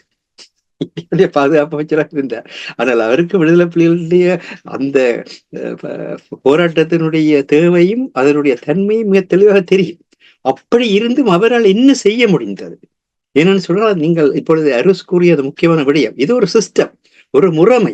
அந்த முறைமைக்குள் நீங்கள் சென்று அந்த முறைமைக்குள் நீங்கள் செயற்படலாமே ஒழிய அந்த முறைமையை சிதறடிக்காமல் இருப்பதற்காக அந்த தேர்தலை நடத்துபவர்கள் இப்பொழுது அருஸ் அந்த கருத்தை தெளிவாக கூறினார். அதாவது இந்த பாராளுமன்ற தேர்தல் முறைமை என்பது எதற்காக கொண்டு வரப்படுகிறது என்றால் 5 வருஷத்துக்கு ஒருக்கா மக்களுடைய கையில் ஒரு நாள் அவர்கள் வாக்களிக்கிற அந்த நாளில் மட்டும் அந்த அரசு இருக்கும். ஒரே ஒரு நாள், அந்த ஒரே ஒரு நாள் அவர்களுடைய கையில் இருந்து விட்டு அதுக்காக வருகின்ற அந்த முடியை வைத்துக் கொண்டு முதலில் ஏற்கனவே திட்டமிட்டவே தான் கட்சிகள். எப்பொழுது கட்சிகள் தோன்றினவோ அந்த கட்சிகள் உருவானதன் பின்னர் அங்கு பொதுமக்களுடைய பொது சித்தம் அங்கு வெளிப்படுத்தப்பட்டதாக இல்லை. ரூசோ பொது சித்தத்தை மையமாக வச்சுத்தான் இந்த தேர்தல் முறைமைகளை பற்றி பேசினார். ஆபிரகாம் லிங்கன் ஜனநாயகத்தை பற்றி பேசுகின்ற பொழுது மக்களாலான மக்களின் அரசு என்று சொல்கின்ற பொழுது அப்பொழுது இருந்த அமெரிக்காவுடைய தேவையை மையமாய்த்தான் அது தெற்கு மேற்கு என்று பிரியாமல் வடக்கு கிழக்கு என்று பிரியாமல் எல்லாவற்றையும் ஒருங்கிணைத்து பிரித்தானிய பேரரசுக்கு எதிரான அந்த காலனித்துவ போராட்டத்தில் ஒருங்கிணைக்க வேண்டும் என்ற பின்னணியில் தான் அவர்கள் அதை செய்தார்கள். ஆனால் 60ஆம் ஆண்டுக்கு பின்னர் அந்த மக்கள் ஒருங்கிணைந்து செயற்பட வேண்டும் என்ற தன்மை பிரித்தானியா முதலிருந்தே கூறிக்கொண்டு வந்த விஜயம் மனித உரிமை பேணப்பட வேண்டும், மனித உரிமை பெறப்பட வேண்டும், நாங்கள் மனித உரிமையை பேணிக்கொண்டு ஆட்சி செய்வோம் என்கின்ற முறைமையைத்தான் காலனித்துவ காலத்திலிருந்தே செயற்படுத்தினார்கள். 60ஆம் ஆண்டுக்கு பின்னர் அந்த மாற்றம் ஏற்பட்டுவிட்ட காரணத்தால் அந்த மக்கள் ஆட்சி அல்லது மக்களுடைய ஒருங்கிணைப்பு அல்லது நாங்கள் கூறுகின்ற தன்னாட்சி உரிமை என்பது 60ஆம் ஆண்டுக்கு பின்னர் உலகில் பெருசாக பார்க்கப்படுவதில்லை. ஏனென்றால் அந்த தேவை பிரித்தானியாவுக்கும் அமெரிக்காவுக்கும் இடையில் இல்லாமல் போய்விட்டது. ரீகனுடைய காலத்தில் மார்கரெட் தாட்சருடைய தன்மைகளை இவர் நேரடியாக பின்பற்ற தொடங்கிய பின்னர் அது மிகவும் வேகம் பெற்று அதனுடைய பின்னணியில் தனிமனிதனுக்கான கல்வி, தனிமனிதனுக்கான வேலைவாய்ப்பை உருவாக்கினால் போதும், மக்கள் ஒருங்கு சேரக்கூடாது என்ற பிரித்தானியுடைய கொள்கை உலகினுடைய கொள்கையாக கூட மாற்றப்பட்டு விட்டது. ஆனகாரணத்தில் தான் இப்பொழுது தன்னாட்சி உரிமையை பற்றிய அடிப்படையில் நாங்கள் செயற்படுகின்ற பொழுது அதை வெளிப்படுத்த முடியாத கஷ்டம் இருக்கின்றது. அவை இந்த மாற்றங்களுக்கு ஏற்ற மாதிரியாக செயற்படுவதற்கான தன்மை அந்த துறையில் படிக்கின்ற இளையவர்களுக்கு வரும், தானாகவே வரும். நீங்க சொன்ன மாதிரியாக அவர்கள் வரலாற்றை மாற்றுகின்ற ஒரு வரலாற்றை தான் நாங்கள் எப்பொழுதுமே உருவாக்க வேண்டும் என்பது பேராசிரியர் சிவத்தம்பி அவர்கள் ஒவ்வொரு நாளும் தன்னுடைய உரைகள், தன்னுடைய வகுப்புரையில் கூட சொல்லிக் கொண்டு வந்த விடயம் அதுதான். நீ வாழ்ந்து கொண்டிருக்கின்ற வரலாறு ஒரு அடக்குமுறையை ஒடுக்குமுறையை வெளிப்படுத்துகின்ற வரலாறாக இருக்கின்ற பொழுது அந்த வரலாற்றை மாற்றுகின்ற ஒரு வரலாறாக நீ உன்னை கட்டமைக்க வேண்டும், ஒவ்வொருவரும் கட்டமைக்க வேண்டும். அந்த ஒவ்வொருவரும் கட்டமைக்கின்ற அந்த தன்மை கூடத்தான் அந்த தன்மை வரும். இப்பொழுது பிரித்தானியுடைய புதிய பிரதமர் மாண்பவை கேஆர் ஸ்டான்மர் அவர்கள் மிக தெளிவாக சொல்லியிருக்கிற விடயம் என்னன்னு சொன்னால், நாங்கள் மக்களை நம்ப வைக்க வேண்டும் என்று அவருக்கு தெரியுது. அருள் கூறின மாதிரி இந்த ஜெர்மி கோமனுடைய வெற்றியும் சரி, முஸ்லிம் மக்களுடைய வெற்றியும் சரி, அதுக்கு அப்பால பிரித்தானியருக்கு என்கின்ற அடிப்படையிலே கொண்டிருக்கின்ற ரிஃபார்ம் கட்சியினுடைய வெற்றியாக இருந்தாலும் எல்லாம் மக்கள் தங்களுக்கு மேலான அழுத்தத்தை பயன்படுத்துவார்கள் என்பது அவருக்கு தெரியும். ஆனபடினால் அந்த ஆட்சியில் முதல் மக்களுக்கான ஒரு நம்பிக்கையை நாங்கள் ஏற்படுத்தக்கூடிய முறையில் செயற்பட்டால் தான் அது முடியும் நிற்கின்றார். ஆனால் அங்கிருக்கிற பிரச்சனை என்னென்றால் அதுக்கு பொருளாதாரம் தான் அடிப்படை. பொருளாதாரத்துக்கு வறுமையும் அறியாமையும் நீங்கினால்தான் ஒரு நாட்டில் பொருளாதாரம் வெளிப்படும். நாங்கள் கூட எங்களுடைய ஈழத்தமிழர்களுடைய தாயகத்தில் இருக்கிற வறுமையும் அறியாமையும் நீக்கிறதுக்கு என்ன செய்கின்றோம் என்றால் ஒன்றுமில்லை. அவர்களுடைய வறுமையை நீக்கிறதுக்கான தன்மைகள் எவ்வளவு செய்திருக்கின்றோம், அவர்களுடைய அறியாமை நீக்குவதற்கான தன்மைகள் எவ்வளவு செய்திருக்கின்றோம். இப்ப நடக்கின்ற அரசியலை விளங்கிக் கொள்கின்ற தன்மை அரசியல்வாதிகளுக்கு இருக்கா? அதாவது கிட்டத்தட்ட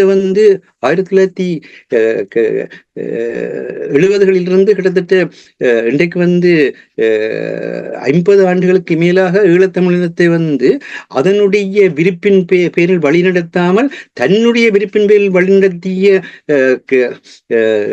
முன்னாள் திருவண்ணாமலை பாராளுமன்ற உறுப்பினர் சம்பந்தன் அவர்களுடைய மறைவை சிலர் விமர்சிக்கிற திருநாள் செய்கின்ற முறையை பார்த்தால் எவ்வளவுக்கு அங்கு அரசியல் அறியாமல் இருக்கின்றது என்பது தெரிகின்றது. அவரை தேசியத்தினுடைய சின்னமாகவும் விடுதலையினுடைய சின்னமாக மட்டுமில்லை, இப்பொழுது சிவஞானம் அவர்கள் நேற்றைய தினத்திலே அவர் தேசிய தலைவருக்கு ஈடான ஒருவர் என்று கூட பேசியிருக்கின்றார். இப்படியான முட்டாள்கள் எல்லாம் இந்த அரசியலில் இருக்கின்ற காரணத்தினால்தான் என்ன நடந்தது, எப்படி நடந்தது, எது நடந்தது, என்ன மாதிரியாக மக்கள் அடிமையானார்கள், இதன் காரணமாக சிங்கள மக்கள் எங்களை அடிமையாக்கவில்லை. எங்களுடைய மக்கள் தங்களுடைய விருப்பை வெளிப்படுத்திய பொழுது இந்த 1977ஆம் ஆண்டு தேர்தல் முடிவுக்கு பின்னர் தேர்ந்தெடுக்கப்பட்ட பாராளுமன்ற உறுப்பினர்கள் எங்களுடைய ஈழத்தமிழ் தேசிய சபை அமைப்போம், அந்த தேசிய சபையினுக்கு ஈழத்தமிழர்களுக்கான அரசியலமைப்பை உருவாக்குவோம் என்று சொல்லித்தான் நீங்கள் மக்களிடமிருந்து வாக்கை வாங்கினீர்கள். ஆனால் எந்த தேசிய சபை அமைத்தீர்கள்? அதுக்கு பதிலாக ஆட்சியில் அதிகாரத்தில் இருக்கிறது இலங்கையில் ஆரம்பிக்கிறார்களோ அவர்களுடைய காலில் போய் விழுந்தீர்கள். அதே மாதிரியாக பிராந்திய மேலாண்மைகளிடமும் அனைத்துலக வெள்ளாண்மைகளிடம் போய் காலிலே விழுகின்ற ஒரு அரசியல் வளமையை தோற்றுவித்தீர்கள். நீங்கள் அதை தோற்றுவித்தீர்கள். அதை ஏற்படுத்தான் இப்பொழுது செயற்பாட்டாளர்களும் கூட இந்த நேரம் ஒன்றில் பிராந்திய வேளாண்மைகளுக்கு கீழோ அல்லது உலக வெள்ளாண்மைகளுக்கு கீழோ போயிருந்து தங்களுக்கான தன்மையை பெற வேண்டும். எங்களுடைய பலத்தை, எங்களுடைய ஆற்றலை, எங்களுடைய திறனை, எங்களுடைய பங்களிப்பு உலகத்துக்கு எவ்வளவு தேவை என்பதை வெளிப்படுத்த வேண்டும் என்ற எண்ணமே இல்லா நிலையில் இயங்கிக் கொண்டிருக்கின்றார்கள். இத்தகைய ஒரு அரசியல் குழப்பத்தை ஏற்படுத்தினவரை ஒரு தேசியத்தினுடைய தன்மையாக அவர் சிங்கக்கொடியை தூக்கி பிடித்து அதுக்கு கீழ் நின்று உள்ளக பொறுமுறைகள் செயற்படுவோம் என்று கூறினார். இறந்தோரை பற்றி பேசுவது தமிழருடைய மரபில் ஒரு ஒழுங்கற்ற முறைமை தான். ஆனால் இறந்தவர் மனிதனாக வாழ்ந்ததுல தான் இறந்தவரை பற்றி பேச அது விடலாம். இறந்தவரை ஒரு மிருகமாக இருந்து ஹிட்லரை பற்றி இன்றைக்கு உலகம் முழுக்க பேசுகின்ற பொழுது ஜெர்மனி ஏற்றுக்கொள்ளத்தான் வேண்டி இருக்கின்றது. என்ற ஹிட்லர் அப்படியான ஒரு மனிதத்துக்கு எதிராக செயலை செய்த காரணத்திலும் அந்த நிலை இன்றைக்கு ஹிட்லருக்கு இருக்கிறது. அதே போலதான் நீங்கள் மனிதத்துக்கு எதிராக செயற்படுகின்ற பொழுது மனிதத்துவம் இழக்கப்பட்டது, உயிர்கள் இழக்கப்பட்டது, வாழ்வு மறுக்கப்பட்டது, உடைமைகள் அளிக்கப்பட்டது, மண் அபகரிக்கப்பட்டது. இதெல்லாம் நடந்து கொண்டிருக்கின்ற பொழுது அதை அந்த வடிவத்தில் வெளிப்படுத்தினீர்களா? இன்றைக்காவது வெளிப்படுத்துகிறீர்களா? அப்படியாக இருக்கின்ற ஒரு நேரத்திலே அந்த அழுத்த குழுக்களை பற்றி கூறுகின்றோம். பிரபாகரன் ஆரம்பத்திலே ஒரு அழுத்த குழுவாத்தான் தோன்றினார். எங்களுக்கு தெரியும். இந்த போராளிகள் எல்லாருமே உருவான காலத்திலே போராளிகளை கண்டால் இந்த பாராளுமன்ற அரசியல் நம்பிக்கையுடையவர்களாக இருந்தவர்கள் அவர்கள் கண்டாலே ஓடுவார்கள். பின்னர் அவர்களுக்கு பயத்தில் தான் அவர்களுடைய அதிகாரம் உச்சப்பட்டது மட்டுமில்லை, அவர்கள் ஆயுத எதிர்ப்பை வெளிப்படுத்துவார் என்ற அந்த அடிப்படை பயத்தில் தான் இணைந்தார்கள். இதுதான் வரலாறு. அவர்கள் ஏற்றவர்கள் இணையவில்லை, இவர்களுடைய கருத்துக்கள் மாற்றம் பெறவில்லை, இவருடைய அந்த மேலாதிக்க தன்மைகள் மாற்றம் பெறவில்லை, சாதியத்தை இவர்கள் ஒதுக்கவில்லை, மதவரியையோ இல்லாட்டி பிரதேச வரியோ இவர் கைவிடவில்லை. ஆனால் அந்த ஆயுத எதிர்ப்புக்கு பயந்தீர்கள். அது ஆயுத எதிர்ப்புக்கு பயந்த ஒரு கட்டத்தில் தான் அந்த மாதிரியான தன்மை இருந்தது. என்னுடன் கேர்னல் கிட்டு அவர்கள் பேசுகின்ற பொழுது மிக தெளிவாக கூறினார், நாங்கள் வெண்டோ அல்லது தோத்தோ நாங்கள் ஆயுதத்தை கீழே வைக்கின்ற ஒரு நிலை வருகின்ற பொழுது அண்ணா நிச்சயமாக இந்த சாதியம், பெண்ணடித்தனம், இந்த பிரதேசவாதம் எல்லாமே தலை தூக்கும். அதை இல்லாமல் பண்ணக்கூடிய முறையில் நீங்கள் கல்விக்கூடாக சின்ன பிள்ளைகள்ல இருந்து பிஎஸ்சி செய்கிறவர்கள் வரை அந்த மனநிலையில் மாற்றத்தை ஏற்படுத்த வேண்டும். அபிதமான ஒரு மனநிலை ஏற்படுத்தப்பட்டால் தான் அது விடுதலைக்கான ஒன்றாக மாறும். அதற்கு மிக பிரதானமாக இருப்பது ரெண்டு. ஊடகம். ஊடகத்துக்குள்ள தான் சாதாரண மக்கள் நாங்கள் சந்திக்க முடியும், சாதாரண மக்களுக்கு ஏற்ற முறையிலும் சந்திக்க முடியும். அடுத்தது கல்வியும் ஊடகமும் ஒருங்கிணைகின்ற பொழுதுதான் ஒரு நாட்டில் சிந்தனை மாற்றம் ஏற்படும். கால்மார்க்ஸ் தோன்றியிருக்காவிட்டால் இன்றைக்கு ஐரோப்பா நிலை எப்படி இருந்திருக்கும், லெனின் தோன்றியிருக்காவிட்டால் ரஷ்யாவுடைய நிலை எப்படி இருந்திருக்கும், மாவோ தோன்றியிருக்காவிட்டால் சீனாவுடைய நிலை எப்படி இருந்திருக்கும், செகுரா தோன்றியிருக்காவிட்டால் எப்படி விதமாக கியூபாவுடைய நிலை இருந்திருக்கும். இதை சிந்திக்க வேண்டும். ஆகவே நாங்கள் கல்வியை, ஊடகத்தை வளர்க்கின்ற தன்மைகளை எல்லாம் கைவிட்டு விட்டோம். மக்களுடைய குரலாக இருக்கின்ற ஊடகத்தை, மக்களுக்கு சக்தியாக இருக்கின்ற கல்வியை நாங்கள் ஒன்றுமே செய்வதில்லை. ஆனால் எங்கள்கிட்ட ரெண்டுமே இருக்கின்றது. எங்கள்கிட்ட பணம் இருக்கின்றது, கல்வி இருக்கின்றது, ரெண்டுமே இருக்கின்றது. ஆனால் அது இணைப்பதற்கான தன்மை இல்லாமல் செய்துதான் இந்த 50 வருட கால இந்த தலைமைகளுடைய கூத்தாக இருக்கின்றது. அதுவும் குறிப்பாக விடுதலை புலி இயக்கத்தை கூட உங்களால் தான் உலகம் அங்கீகரிக்காவிட்டது வெளிப்படையான உண்மை. நீங்கள் விடுதலை புலி அமைப்பை பற்றி நீங்கள் பேசிய கருத்துக்கள் தான் மற்றவர்கள் தங்களுக்கு சாதகம் அமைத்து அந்த நேரத்திலே ஒரு நாடு தோன்றுவதற்கு தடையாக இருந்தது என்பது வெளிப்படையான உண்மை. அப்படியான அந்த உண்மைகளை ஏற்றுக்கொள்ளுங்கள். உண்மைகள் நாங்கள் ஏற்றுக்கொள்ளுவதுதான் நேர்மை வரும். நேர்மை வருகின்ற பொழுதுதான் மாற்றம் பெறும். அதுதான் இந்த அமுக்க குழுக்கள் கூட நாங்கள் தெளிவுபடுத்த விரும்பினோம். நிச்சயமாக மாஸ்டர், நீங்கள் கூறுவது நான் உங்களோடு முழுமையாக ஒத்து போகின்றேன். இதே நேரத்தில் நாங்கள் அடிக்கடி ஆரம்ப இந்த நிகழ்ச்சிகளில் கூடிக்கொண்டு வருகின்ற இந்த ஃப்ரேம் ஒர்க் இருக்க வேண்டும், எங்களுக்கு ஒரு திட்டம் இருக்க வேண்டும், மெக்கானிசம் இருந்தால்தான் அதனூடாக அளவெடுத்து பார்க்கக்கூடியதாக இருக்கும், இவர்களை பொறுப்பு கூற வைக்கக்கூடியதாக இருக்கும். அவ்வாறான ஒரு திட்டம் இல்லாததினால், அந்த அப்படியான ஒரு மெக்கானிசம் எங்களிடம் இல்லாததினால் தான் இவர்கள் தொடர்ச்சியாக தங்களுடைய ஏமாற்று வித்துகளை தமிழ் மக்களை ஏமாற்றி கொண்டு விட்டு பிழைத்துக் கொண்டிருக்கிறார்கள் என்பது இந்த அரசியல்வாதிகளுடைய எல்லாமே தெளிவாக பார்க்கக்கூடியதா இருக்கின்றது. இப்பொழுது அமுக்க குழுக்கள் தோன்றியது அரசு மிக தெளிவாக கூறினார். அதாவது மக்கள் தாங்களாகவே ஒருங்கிணைந்து இப்பொழுது அங்கு ஒரு பொதுச்சபை அமைக்க பார்க்கிறார்கள். அந்த பொதுச்சபையை அமைத்தாவது நாங்கள் எங்களுடைய கருத்துக்களை அங்கே இருக்கின்ற சட்ட அரசியல் சட்டத்துக்கு அமைய எப்படி வெளிப்படுத்தலாம்னு சிந்திக்கின்றார்கள். ஏன்னா நாங்கள் இங்கிருந்து பேசலாம், அங்கிருந்து பேச முடியாது என்று அங்கு 6வது திருத்தமும் அங்கிருக்கிற பயங்கரவாத எதிர்ப்பு சட்டமும் அடுத்த நிமிஷம் அவர்களுக்கு இருந்த இருப்பே இல்லாம பண்ணும். இப்ப பொது வேட்பாளர் தொடர்பாக அது பயங்கரமாக ஒரு அமுக்கத்தை ஏற்படுத்துகின்றது. நிச்சயமாக சிங்களவர்களுக்கு தெரியுது. இப்பொழுது அவர்கள் மாறுகிறார்கள். இப்பொழுது தங்களுக்கு ஒரு பொது வேட்பாளர் கொண்டு எங்களுடைய அரசியல் அவர்களுக்கு வழிகாட்டுவது, பல இடங்களிலும் ஈழத்தமிழர்களுடைய அரசியல் அவர்களுக்கு வழிகாட்டியது. ஆன காரணத்தினால் இப்பொழுது அவர்கள் இந்த வழியை பின்பற்றுகிறார்கள். இறமையின் அடிப்படையிலேயே நாங்கள் தேர்தல்களில் பங்கு பெற்றுவது தவறான விடயம், அது வேறு விடயம். ஆனால் அதை செயல்படுத்த முடியாமல் நிலையில் இருக்கின்ற பொழுது மக்கள் தாங்கள் செயற்படுவதற்கான சர்வைவல் மெக்கானிசம் என்ற அந்த அடிப்படையிலே தங்களுக்கான ஒரு அமுக்க குழுப்பை ஏற்படுத்துவதற்கு உடனடியாக எல்லாரும் சேர்ந்து உதவி செய்வதன் மூலமாக அல்லது பயிர்கரிப்பை நீங்க செய்வது செய்யறதா செய்யுங்கள். ஆனா அதை முழு அளவில் செய்வதற்கான அந்த வலிமையை நீங்க வெளிப்படுத்தியிருந்தா அதுவும் வெற்றி தான். ஆனால் உங்களுக்கு முரண்படாதீர்கள். நீங்கள் இருவருமே ஒரே நோக்கத்தோடு செயற்படுகின்ற பொழுது ஒரு நோக்கம் செயற்படுத்தப்படாதவாறு சட்டம் தடுத்து கொண்டிருக்கிறது. சரி, நாங்கள் தான் முற்றிலும் பகிஷ்கரிப்பு செய்யறோம்னு வச்சுக்கொள்வோம். எங்கள் பக்கத்தில் இருக்கிற சிங்கள மக்களுடைய வாக்கு என்ன செய்ய போறீர்கள், எங்கள் பக்கத்தில் இருக்கிற முஸ்லீம் மக்களுடைய வாக்கு என்ன செய்ய போறீர்கள், எங்கள் பக்கத்தில் இருக்கிற தமிழின எதிர்ப்பு தன்மை உள்ளவர்களுடைய வாக்கு என்ன செய்ய போறீர்கள்? ஒன்றும் செய்ய முடியாது. அவர்கள் அதை தமிழ் மக்களுடைய வாக்கை வெளிப்படுத்துவதற்கான சந்தர்ப்பம் இருக்கின்றது. அப்படியான ஒரு சூழலில் அதற்கான மாற்று வழிகளையும் வெளிப்படுத்த வேண்டிய தேவை இருக்கின்றது. ஆகவே எல்லாவற்றையும் அறிவார்ந்த பூர்வமாக சிந்தித்து ஒருவருக்கு ஒருவர் கை கொடுத்து இன்றைக்கு பார்த்தீங்களா, இன்றைக்கு இஸ்ரேல் கட்டாருக்கு ஓடுகிறது என்ன மாதிரியாக இந்த பிரச்சனையை தீர்க்கலாம். இப்பொழுது ஹமாஸ் கொடுத்த அந்த அழுத்தம், ஹமாஸுக்கு லெபனானில் இருக்கின்ற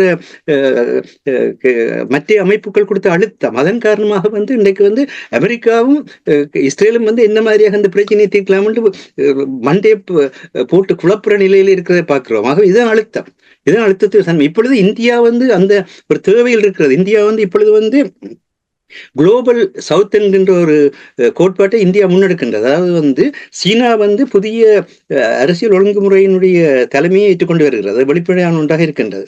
அப்படியான சூழலில் அமெரிக்கா தடுமாறுகிறது. அது தனக்கான அந்த அதிகார பலத்தை கட்டமைப்புக்கான முயற்சிகள் செயல்பட்டு கொண்டிருக்கிறது, எல்லா ஐரோப்பிய நாடுகளையும் சேர்த்து. ஆனால் இன்றைக்கு ஹங்கரி யூரோப்பியன் யூனியனுடைய தலைமை பொறுப்பை ஏற்றிருக்கின்றது. நெதர்லாந்து அமெரிக்காவினுடைய ஆதரவு, நெதர்லாந்து நேட்டோடைய தலைமை பொறுப்பை ஏற்றுக்கின்றது. ஆனால் ஹங்கரி ரஷ்யா ஆதரவானது என்பது எல்லாருக்கும் வெளிப்படையான உண்டு. ஆகவே அங்கு அதுக்குள்ளேயே பெரிய சிக்கல் வரப்போகின்றது. அவ்விதமான ஒரு சிக்கல் அங்கு வருகின்ற பொழுது, அதன் பின்னணியில் பார்க்கின்ற பொழுது பிரித்தானியா அமெரிக்காவோட இணைஞ்சு சேர்ப்பதற்கான ஒரு தேவைக்குள் போகின்றார். ஆனால் பிரித்தானியா இப்பொழுது மிடில் பவராக வந்துவிட்டது. இப்பொழுது வெள்ளாண்மையாக இல்லை. அவை அவர் தங்களுடைய மிடில் பவர் தன்மையை அவர் திரும்பி வெள்ளாண்மையாக மாற்ற வேண்டிய பொருளாதார முறைமைக்குள்ளாக ஜப்பானுடன் கனடாவுடன் செயற்பட வேண்டிய தேவைக்கு வருகின்றது. அதனால தான் நீங்கள் ஏற்கனவே சொன்னீர்கள், இப்பொழுது நடந்து கொண்டிருக்கின்ற இந்த அரசியல் மாற்றமானது, இப்ப ரணில் விக்ரமசிங்காவை எடுத்தால் அவர் ஒரு நேரத்திலே அவர் குளோபல் சவுத்ன்றதுக்கு ஆதரவு கொடுத்து இந்தியாவுக்கு ஆதரவாக பேசுவார். மறுபக்கத்திலே சீனாவுக்கு ஆதரவு கொடுத்து சீனாவோட மஹிந்த ராஜபக்சவை அனுப்பி மஹிந்த ராஜபக்ச கூட சீனாவோட இருக்கிற தொடர்புகளை வெளிப்படுத்துகிறார்கள். இன்னொரு புறத்தில் அமெரிக்காவுக்கு ஆதரவாக தன்னைத்தானே மாற்றிக்கொண்டு நிற்பார். அப்ப அந்த பச்சோந்தி நிறம் மாறுமா போல அவர் தன்னுடைய தேவைக்கு மாறிக்கொண்டிருக்கிறார். அதுக்கு என்ன மாதிரியாக தேர்தலை நடத்தியோ இல்லை தேர்தலை நடத்தாமலோ தன்னுடைய பதவிக்காலத்தை எப்படி தக்க வைக்கலாம் என்ற மிகப்பெரிய ஒரு சிந்தனை குழப்பத்துக்குள்ள அவர் செயற்பட்டுக் கொண்டு போய் பார்க்கக்கூடிய இருக்கிறது. இவ்விதமாக எல்லாமே மாறுகின்ற பொழுது இந்தியாவுடன் கூட இப்பொழுது ஈழத்தமிழர்கள் தங்களுக்குரிய தனித்தன்மையுடன் உரையாடல்களை மேற்கொள்ள வேண்டிய நேரம் இருக்கின்றது. ஆனால் அதை செய்வதற்கான மிக தெளிவான எண்ணம் உள்ள, அதாவது அவர்களை எங்களுக்கான தீர்வை தாருங்கள் என்று கேட்காமல் இந்த தீர்வை நீங்கள் வையுங்கள் என்று கேட்கின்ற ஒரு பொது அமைப்பு இல்லை. அதைத்தான் சுட்டி காட்டுகின்றோம். அதை உமாகுமரன் போன்றவர்கள் வருங்காலத்தை செய்வார்கள். இங்கு பிறந்த வளர்கள் அதற்கான தன்மையை ஏற்படுத்துவார்கள். அந்த தன்மையை ஏற்படுத்துவதற்கு நாங்கள் அவர்களுக்கான ஆதரவை கொடுக்க வேண்டி இருக்கின்றது. உலகளவில் கொடுக்க வேண்டும். அவர்களுடைய தன்மையிலே அவர்களை விட வேண்டும். அவர்கள் எங்களுக்காக, நீங்கள் ஆரம்பத்திலே மிக அழகாக சொன்னீர்கள். இப்ப என்ன நடக்க போகிறது என்றால், உமாகுமரனுடைய அதிகார இல்லை என்ன என்பதை கவனத்தில் எடுக்காமல் அவை எல்லாம் செய்வாண்டு இந்த வருஷம் சொல்பவர்கள் அடுத்த வருஷம் அவை பற்றி ஏசி பேசி இந்த சமூக ஊடகங்களில் எழுத தொடங்குவார்கள். ஏனென்றால் நீங்கள் ஒரு வருடத்துக்குள் பிரச்சனையை மாற்ற வேண்டும் எதிர்பார்ப்பீர்கள், நாளைக்கு மாற்ற வேண்டும் எதிர்பார்ப்பீர்கள், இந்த அதிகார வர்க்கங்களுடைய காலில் விழுந்து மாற்ற வேண்டும் எதிர்பார்ப்பீர்கள். அதையெல்லாம் சாத்தியமில்லை. நீங்கள் எப்பொழுது உங்களுடைய பலத்தை வெளிப்படுத்தீங்களோ அப்பொழுதுதான் முடியும். அதை இந்த இளம் பிள்ளைகள் செய்வதற்கு அவர்களுடைய தன்மையில் விடுங்கள். அவர் தெளிவாக பேசுகின்றார், எப்பொழுதும் தெளிவாகத்தான் பேசிக் கொண்டிருக்கின்றார்கள். இன்னும் மத்திய தேர்தலில் போட்டியிட்ட ஈழத்தமிழர் வழிவந்தவர்கள் தேர்ந்தெடுக்கப்படாத உண்மையில் எல்லோருக்கும் மனவேதனையான ஒன்றுதான். எங்களுடைய பிள்ளைகள் 1000 தான் சொன்னாலும் எங்களுடைய பிள்ளைகள். அதனால அந்த பிள்ளைகளுடைய தன்மையில் விடுங்கள், அதுகளை ஊடகத்தை கொண்டு வாருங்கள், அதுகளுடைய கல்வி பலத்தை பகிருங்கள், அதுகளுடைய பொருளாதார வளத்தை பகிருங்கள். அப்பொழுது நிச்சயமாக தேச உருவாக்க நடைபெறும் என்பதுதான் எங்களுடைய கருத்து. சிறப்பு. இளைய சமுதாயத்திடம் எல்லாவற்றையுமே ஒப்படையுங்கள், அவர்கள் உங்களுக்கு வழிகாட்டுவார்கள் என்பதுதான் இங்கே கூறுகிறீர்கள் மாஸ்டர். நன்றி. இந்த அமுக்க குழு, அழுத்த குழு என்று கூறும்பொழுது குடிசார் அமைப்புகள் அங்கே 80 குடிசார் அமைப்புகள் சேர்ந்து பொது வேட்பாளர் தொடர்பாக பேசும்பொழுது அதுவும் ஒரு அழுத்தத்தையும் அமுக்கத்தையும் கொடுத்துக் கொண்டிருக்கின்றது என்பதை அங்கே இலங்கை தீவில் நடைபெறுகின்ற அரசியல் திடீரென்று விக்னேஸ்வரன் சொல்றார், இப்பொழுது இருக்கிற சூழ்நிலையில் தேர்தல் வைத்தால் அது ஆபத்தானது இருக்கும் என்ற கருத்தை கூட கூறுகின்றார். அவர் ஒரு அரசியல்வாதி. இந்த அரசியல்வாதிகளை தள்ளி வையுங்கள், அரசியல் இருக்க எல்லாரையும் தள்ளி வையுங்கள், எல்லாரையும் தள்ளி வைத்து விட்டு பல்கலைக்கழகத்தில் இருக்கிற அரசியல் துறை பட்டதாரிகள் வந்து இணங்கி இருக்கின்றார்கள். யாழ்ப்பாணம் பல்கலைக்கழகத்துடைய அரசியல் துறை பட்டதாரிகள், கொழும்பு பல்கலைக்கழகத்தினுடைய பேராசிரியர்களாக இருந்தவர்கள், இப்படி பலர் அங்கே இருக்கின்றார்கள். ஆகவே அந்த கல்வியாளர்களையும் அந்த செயற்பாட்டாளர்களையும் நீங்கள் செயற்பட விட்டீர்களா தான் இந்த அரசியல்வாதிகளை கூட அவருடைய வழிக்கு கொண்டு வருவார்கள் என்பது உங்களுடைய கருத்து. இந்த உயிரோடை தமிழில் நாங்கள் கடந்த பல ஆண்டுகளாக கூறிக்கொண்டு வருகின்றோம், இருக்கின்ற 18 தமிழ் நாடாளுமன்ற உறுப்பினர்களையும் வீட்டுக்கு அனுப்ப வேண்டும், அவர்களை மீண்டும் தெரிவு செய்யக்கூடாது, குடிசார் அமைப்புகளின் ஊடாக எங்களுக்கான ஒரு ஃப்ரேம்வொர்க், ஒரு மெக்கானிசத்தை, ஒரு வழிவரவுகளை உருவாக்கி அவ்வாறுதான் செயல்படுவது தமிழ் மக்களுக்கு ஒரே ஒரு வழி பிரபாகரன் செய்தார். தேசிய தலைவர் இதை செய்தார். இருந்த அந்த அரசியல் பிரதித்துவத்தில் இருந்த பிழையினத்தை தன்னை மாற்றினார். அந்த அரசியல் பிரதிநிதியாக இருந்தவர்கள் வந்து அங்கும் இங்கோடு சிதறி ஓடியதன் பின்புதான் தேசம் தன்னுடைய விடுதலையை முன்னெடுத்தது. அதனை வரலாற்றில் நடந்தது. நன்றி மாஸ்டர். நாங்கள் நிகழ்ச்சியை கொண்டு வருவோம். நிறைவாக அரசவர்களே, இப்ப பிரித்தானியாவில் நடந்து முடிந்த இந்த தேர்தல், குறிப்பாக கன்சர்வேட்டிவ் பார்ட்டியை எடுத்து பார்த்தீர்கள் 14 ஆண்டுகளாக ஆட்சியில் இருந்தார்கள். அந்த ஆட்சி காலத்தின் பொழுது கடந்த சில ஆண்டுகளாக, குறிப்பாக கோவிட் பெருந்தொற்று வந்த காலத்திலிருந்து அவர்களுடைய நடத்தைகள் ஆணவத்தோடு அவர்கள் எந்த விடயத்தை செய்துவிட்டும் அதை மறுக்கின்றது, அனைத்துலக சமூகத்தினுடைய சட்டத்தை மறுப்பது, இவை எல்லாமே அந்த பிரித்தானியாவில் இருக்கின்ற மக்களுக்கு ஒரு அதிருப்தியை ஏற்படுத்தி கொண்டு வந்திருக்கின்றது. அதன் ஒரு விளைவாகத்தான் படுதோல்வி அடைந்திருக்கின்றது கன்சர்வேட்டிவ் பார்ட்டி. இதிலிருந்து தமிழ் மக்கள், தமிழ் பிரதிநிதிகளை நான் கூறவில்லை, தமிழ் மக்கள் என்னத்தை கற்றுக்கொள்ள வேண்டும், எவ்வாறு இந்த மாற்றத்தை ஏற்படுத்துவதற்கு அவருடைய பங்களிப்பு எவ்வளவு முக்கியம் என்று நீங்கள் கருதுகிறீர்கள்? உண்மைதான். இப்ப என்னென்று பார்த்தீங்கன்னு சொன்னால், நீங்கள் இப்ப முஸ்லிம் மக்கள் நான் நினைக்கிறேன் எங்களை விட அதிக அளவில் இங்கு இருக்கிறார்கள். அவ்வாறு இருந்த போதும் கூட ஐசிசியில் நெத்தன்யாவுக்கும் அவரின் பாதுகாப்பு அமைச்சருக்கும் எதிராக கொண்டு வந்த பிடிவிராந்துக்கு எதிராக பிரித்தானியா வந்து மேன்முறையீடு செய்திருக்கின்றது. அவர்களை, அதாவது வெளிப்படையாகவே ஒரு போர் குற்றவாளிகளை காப்பாற்ற முற்பட்டிருக்கின்றது. அந்த சிஸ்டம் அவர்கள்ட்ட அப்படித்தான் இருக்கின்றது. எனவேதான் இப்போது அதற்கு மாற்று நடவடிக்கையாக முஸ்லிம் மக்கள் தங்கள் போக்கை மாற்றி அமைத்திருக்கிறார்கள். என்னென்று சொன்னால், இதில் இயங்குவதால், எதுவும் இணைந்து இயங்குவதால், இப்ப லேபர் கட்சியிலேயோ அல்லது கன்சர்வேட்டிவ் பார்ட்டியிலேயோ இணங்கி போவதால், இணைந்து இயங்குவதால் எந்த மாற்றமும் ஏற்பட்டு விட போவதில்லை என்றால் அந்த சிஸ்டம் அப்படி. இப்ப இந்த தேர்தலுக்கு முன்னர் தமிழ் மக்கள் ஒரு சந்திப்பை நடத்திய போது மாஸ்டர் இங்கு கடந்த முறை தெளிவாக குறிப்பிட்டிருந்தார். 2 பெருங்கட்சிகளின் பிரதிநிதிகளும் கூறியது ஒன்றுதான், இலங்கை ஒரு இறமை உள்ள நாடு, அதற்கு அடுத்து சொன்னால் எங்கள் அந்த இறமைக்கு தலையிடுவதாக முடியும். அது வகுக்கப்பட்ட சிஸ்டம். இப்ப இந்த சிஸ்டத்துக்கு போய் நின்று கொண்டு அவர்களை மாற்றுகிறோம், சிஸ்டத்தை மாற்றுகிறோம் என்றால் அது நாங்கள் எங்களை ஏமாற்றுகிறோம் ஒன்றாகத்தான் இருக்குமே வழியே அந்த சிஸ்டத்தை நீங்கள் மாற்ற முடியாது. ஆனால் அழுத்தத்தை கொடுக்கலாம். அந்த அழுத்தத்தை கொடுப்பதன் ஊடாக அவர்கள் தங்கள் சிஸ்டத்தை அவர்களாகத்தான் மாற்ற வேண்டும். நீங்கள் மாற்ற முடியாது, அவர்களாகத்தான் அதனை மாற்ற வேண்டும். அந்த மாற்றத்தை ஏற்படுத்தக்கூடிய ஏது நிலைகளைத்தான் நாங்கள் கண்டறிய வேண்டும். இப்ப நீங்கள் கூறியது போலதான், இப்ப உமா குமரன் அவர்கள் வந்து ஒரே நாளில் அவர் ஒன்றும் அங்கு மாற்ற முடியாது. ஆனால் இப்ப சிங்களத்தில் முன்பு இருந்தவர்கள், சில நாடாளுமன்ற உறுப்பினர்கள் சிங்களவர்கள், அவர்கள் அந்த சிஸ்டத்துக்கு ஒரு அமுக்க குழுவாக இருந்து விடுதலை புலிகள் மீதான தடை, தமிழ் மக்கள் மீதான பல நடவடிக்கைகளுக்கு வித்திட்டவர்கள். ஆனால் அவ்வாறான நடவடிக்கைகளை எதிர்காலத்தில் இடம்பெறாது முன்கூட்டியே தடுப்பதற்கான ஒரு தடுப்பரணாக நாங்கள் இதற்குள் இருக்கலாம். அதாவது கவுண்டர் ஒன்றை நாங்கள் கொடுப்பதற்குரிய அந்த பொறுப்புகளில் இருக்கலாம். அடுத்ததாக நாங்கள் தான் தனியாக தேசிய தலைவர் கூறுவது போல ஒருவர் ஒன்றை செய்து விட்டால் அவரின் தலையிலே எல்லாவற்றையும் போட்டு அவரே செய்வார் என்று விட்டு நாங்கள் எல்லோரும் அமைதியாக இருந்து விடுவது தமிழ் இனத்தின் ஒரு சாபக்கேடு. அவ்வாறு இருக்காது. அவர் இயங்கட்டும். நீங்கள் அடுத்ததாக என்ன செய்ய வேண்டும், இதனை பலப்படுத்த வேண்டும், இதொரு ஆரம்ப புள்ளி, இதனை எவ்வாறு அங்கால நகர்த்த வேண்டும் என்பது தொடர்பாக இந்த உலக அரங்கில் என்னென்ன நடக்கின்றது, ஏனைய இனங்கள் எவ்வாறு தப்பி பிழைக்கின்றன என்பது தொடர்பாக நீங்கள் அலசி ஆராய்ந்து அதற்கு மாற்றீடானது ஒன்றை நீங்கள் மேற்கொள்ள வேண்டும். பிரித்தானிய மக்கள் சுயமாக சிந்தித்து நாடாளுமன்ற உறுப்பினர்களுக்கு பதிலடி கொடுத்திருக்கிறார்கள்.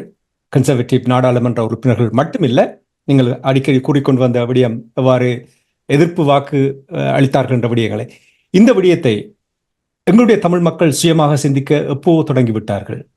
குறிப்பாக உங்களுக்கு தெரியும், பொத்துவில் தொடக்கம் பொலிகண்டி வரை அந்த பேரெழுச்சி இயக்கத்தினுடைய அந்த பேரெழுச்சி நடைபெற்ற பொழுது அந்த மக்கள் சுயமாக சிந்தித்து சில விடயங்களை நகர்த்த தொடங்கிவிட்டார்கள். இனி பொது வேட்பாளர் தொடர்பாக இப்பொழுது குடிசார் அமைப்புகள் இணைந்து செயல்படுகிறார்கள்.